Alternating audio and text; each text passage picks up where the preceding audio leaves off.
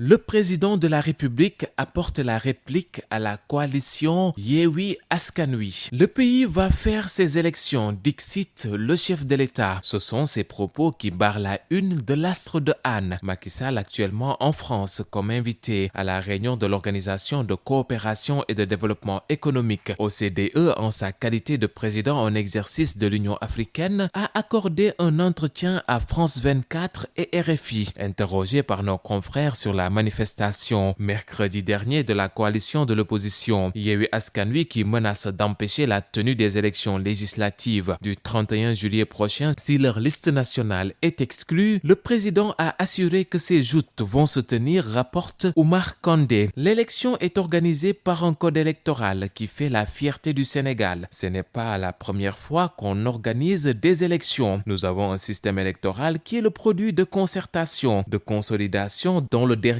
est ce code qui a fait l'objet de discussions pendant 16 mois, a affirmé Macky Sall. Toutefois, le chef de l'État a indiqué que le code électoral a ses exigences, telles que la loi sur la parité. Une liste qui n'est pas paritaire n'est pas recevable, c'est la loi. Notre liste nationale des suppléants est éliminée parce qu'il y a eu une erreur de juxtaposition. La loi est dure, mais c'est la loi. Maintenant, les menaces sur la non-organisation des élections sont devant nous. De toute façon, le pays va faire ses élections, a prévenu le président Sall. Revenant sur les péripéties de la liste départementale de Yewwi Askan Wi, finalement mise hors course à Dakar, il a rappelé que le ministre de l'Intérieur avait accepté la décision du Conseil constitutionnel qui lui était défavorable. Le chef de l'État de se demander alors pourquoi lorsqu'il y a une décision du Conseil constitutionnel défavorable à l'opposition qu'on veuille appeler à la fin du monde. Entretien du président de la République à lire in extenso dans les colonnes du quotidien national Le Soleil et à la une de la plupart des quotidiens de ce vendredi. De son côté, Yewwi Askan Wi, dans un communiqué de la conférence des leaders, annonce le dépôt ce jour d'une lettre d'information d'une nouvelle hyper-méga manifestation prévue le 17 juin prochain de 15h à 19h à la même place de la nation, précise le document. Le député Cheikh Abdou Mbacké Bara Dolly placé en garde à vue. Les quotidiens Libération et L'Observateur en font leur une. En effet, à la suite de son audition à la division spéciale de la cybercriminalité, le parlementaire a été placé en garde à vue, écrit Cheikh Mbacké Guissé. Il est visé pour offense au chef de l'État, le fameux article 80, diffusion de fausses nouvelles et diffamation. Mercredi, lors du rassemblement de la coalition Yewwi Askan Wi, Cheikh Abdou Bara Dolly avait fait des insinuations très malveillantes en parlant du président. Des insinuations qui ont été au centre de son interrogatoire. Mais rapporte notre confrère,